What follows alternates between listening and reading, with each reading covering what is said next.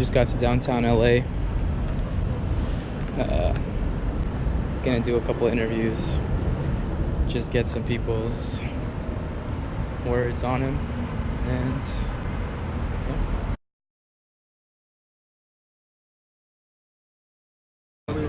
He meant a lot because I was just telling a friend a story. I grew up overseas in Japan, and being an African American male, when I moved back to the States when I was 18, I had a disconnect with a lot of people, and I couldn't relate to a lot of people that was from the area I was from because I grew up in Japan overseas, and Kobe grew up overseas. So when he came to the Lakers, he had a hard time adjusting and getting integrated with the team because, you know, for the most part, he wasn't like them. He grew up different.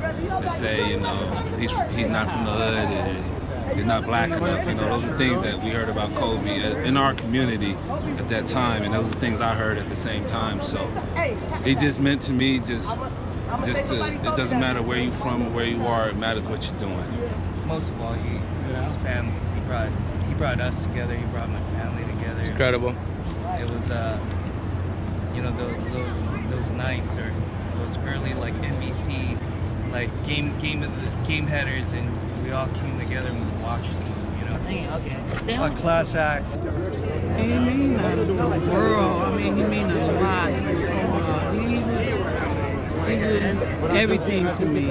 Everything a person could want. And a brother. He did a father figure for my grandson. He loves him. Just strength, endurance champion. Never give up. Always keep going. Even if you're injured, you still. I mean, there's nobody like that I've ever heard of doing that. What he did for basketball, and a great man. He made you believe that as long as you work hard in anything, you can achieve anything. Best memory that I have is the picture I showed you. I don't know if you could tell, but it was a concert and he was in front of me. It was a Jay-Z concert with him and Matt Barnes when they were teammates for the Lakers. They were there, and I just happened to be in the same section. And I was nervous as hell because he's Kobe. It was my first time actually having a chance to see him one-on-one. And I didn't know, I kept contemplating what should I do. I gotta say something, and I finally got enough courage and I went and talked to him, and I just told him, like, Kobe, man, you mean everything to us, man. We're so thankful. You mean everything to our city. And he told me we mean just as much to him, and that's something that will stick with me forever. I was here for the Lakers-Celtics Game 7 Wow. 2010. Wow. That's crazy. Yeah, and just watching him jump on the podium there, on stage with everyone, doing his little thing, with the ball in his hand, it was just...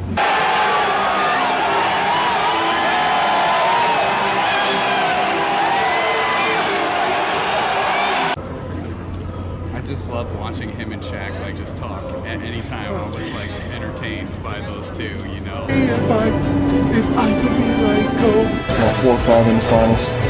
Thanks to that man right over there. We went to the finals, and as soon as we won, watching him look for Shaq, the first person that he wanted to celebrate with, running through the crowd and jumping to Shaq.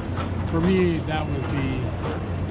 that's probably like one of the best memories, just because of obviously how, you know, their relationship back and forth, but just watching him after they won zigzag through the crowd to jump into Shaq. In the league by far. You know, there's never anything quite like the first NBA championship. Back-to-back titles for the Los Angeles Lakers on three-peat. Sitting in my mom's house with all of us watching all the games, all the way to the championship, and him making his last scoring basket, winning game basket, and going off the field doing his airplane. It brings me back to the 80s. Bryant dribbling, has to put it up at the buzzer, banks it in! Oh, he banks in the three! The summer league, his rookie season. Yes. That was incredible. In Long Beach State. Yeah, I was maybe 10 years old at the time. dissecting that guy, seeing why did we even trade for this guy? But then Why when did I we saw pick him, Finally saw him play with grown men. 17-year-old kid. 17-year-old kid. It was. But when he moved, It's incredible. he hit. The guard from Lower Marion High in Pennsylvania, 6'5", number 32, Kobe Bryant.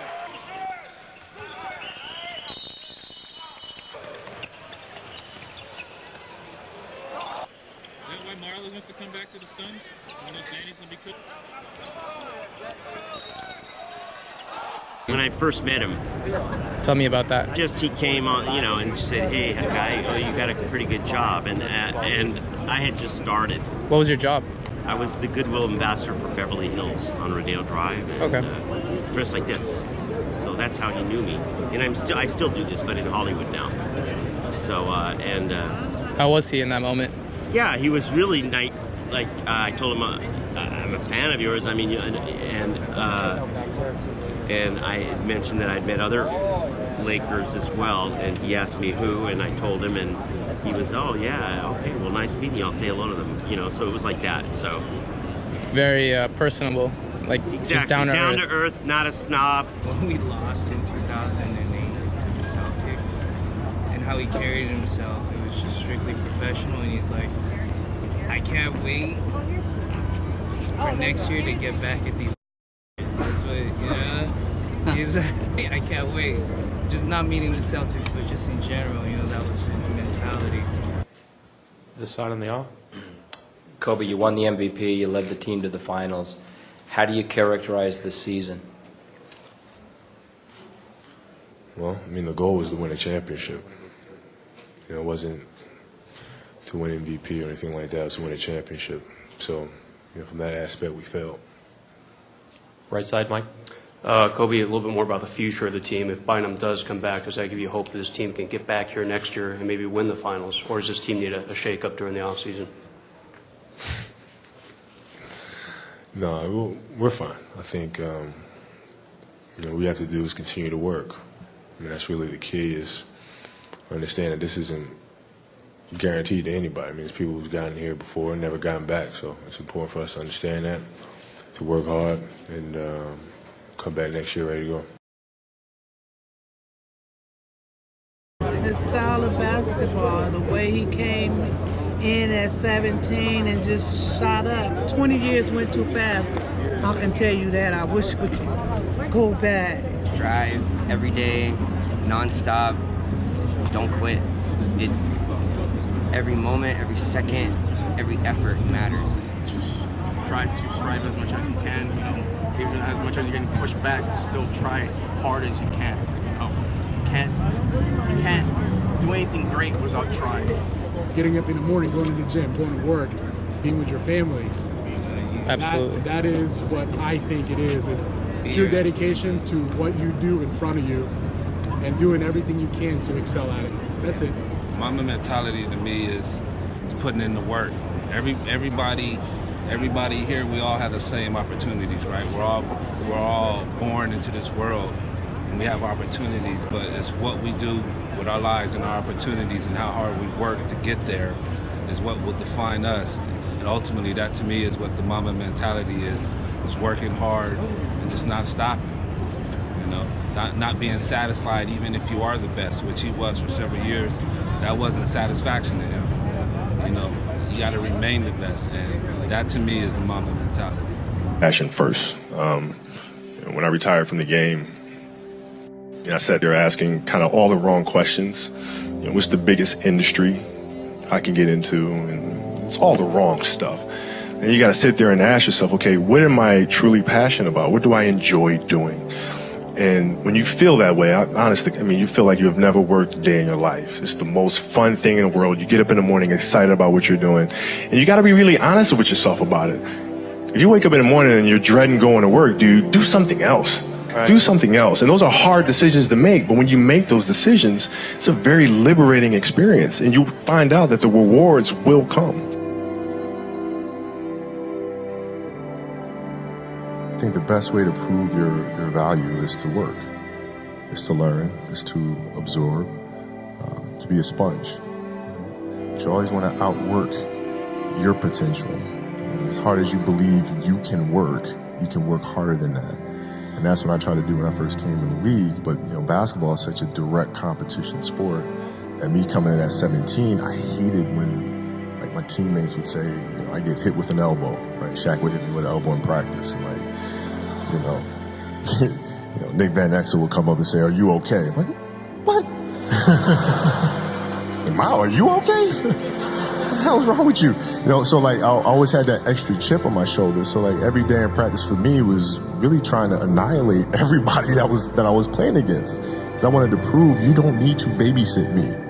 Like I'm fine, And so it's always that competitive nature, the work ethic, and curiosity. Because I asked a lot of questions. When playing with Bryant Scott, I asked him a lot of questions. Eddie Jones, who was great at chasing guards off the screens, and I didn't understand how to do that. I would sit with him before practice, after practice.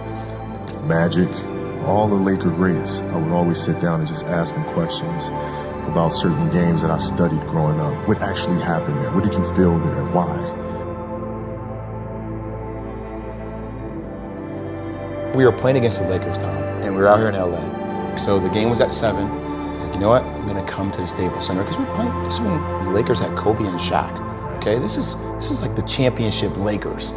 So I'm gonna get there at 3 o'clock. I want to make sure I make 400 made shots before I go back into the room, and then I sit in the sauna and I get ready for the game.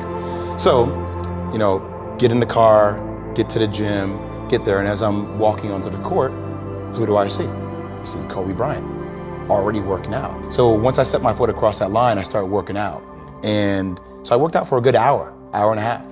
And when I came off, after I was done, I sat down, and of course I still heard the ball bouncing. I looked down, I'm like, this guy's still working out. He was working out for it looks like he was in a dead sweat when I got here. And he's still going. And it's not like his moves are nonchalant or lazy. He's doing like game moves, I sit there and I unlace my shoes. I'm like, I want to see how long this goes. So I sit out there and watch 25 minutes. And he got done. I said, okay, I think I've seen enough. Go play, come back, get in the sauna, get ready for the game. That game, he drops 40 on us, okay? And after the game is over, I'm like, I have to ask this guy. Like, I have to understand, like, why he works like that. Right. So after the game is over, I'm like, hey, Kobe, like, why were you in the gym for so long? He's like, because I saw you come in. And I wanted you to know that it doesn't matter how hard you work, that I'm willing to work harder than you. If your job is to try to be the best basketball player you can be, right? To do that, you have to practice, you have to train, right? You want to train as much as you can, as often as you can. So if you get up at 10 in the morning, train at 11, right? 12, say 12, train at 12, train for 2 hours, 12 to 2. You have to let your body recover. So you eat, recover, whatever. You get back out, you train, start training again at 6. Train from 6 to 8, right? And now you go home, you shower, you eat dinner, you go to bed, you wake up, you do it again, right? Those are 2 sessions. Right? Now imagine you wake up at 3, you train at 4, you go 4 to 6, come home, breakfast, relax, blah, blah, blah. Now you're back at it again, 9 to 11, right? Relax, and now all of a sudden you're back at it again, 2 to 4, and now you're back at it again, 7 to 9. Look how much more training I have done by simply starting at 4, right? And so now you do that, and as the years go on, the separation that you have with your competitors and your peers just grows larger and larger and larger and larger and larger. And by year 5 or 6, doesn't matter what kind of work they do in the summer, they're never going to catch up because they're 5 years behind. Right? So it makes sense to get up and start your day early because you can get more work in. If I start earlier, I can train more hours. And I know the other guys aren't doing it because I know what their training schedule is. Right? So I know if I do this consistently over time, the gap's just going to widen and widen and widen and widen and widen, and they won't be able to get that back. So to me, it was just common sense. I'm like thinking, how can I get an advantage? Oh, start earlier. Yeah, let's do that.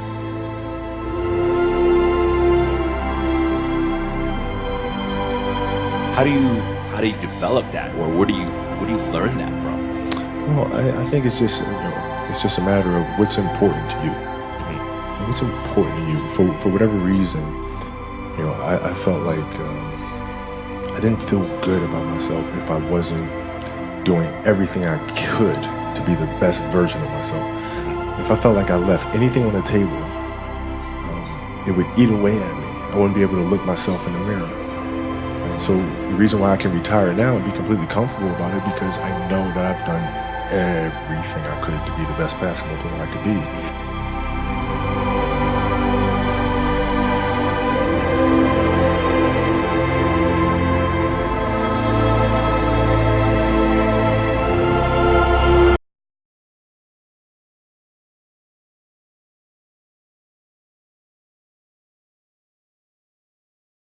Get everything you want, succeed in anything you want. Put 100%, 110% of your effort into everything you do. I think he would tell me to keep his family in prayer, to, just know that he's in a better place.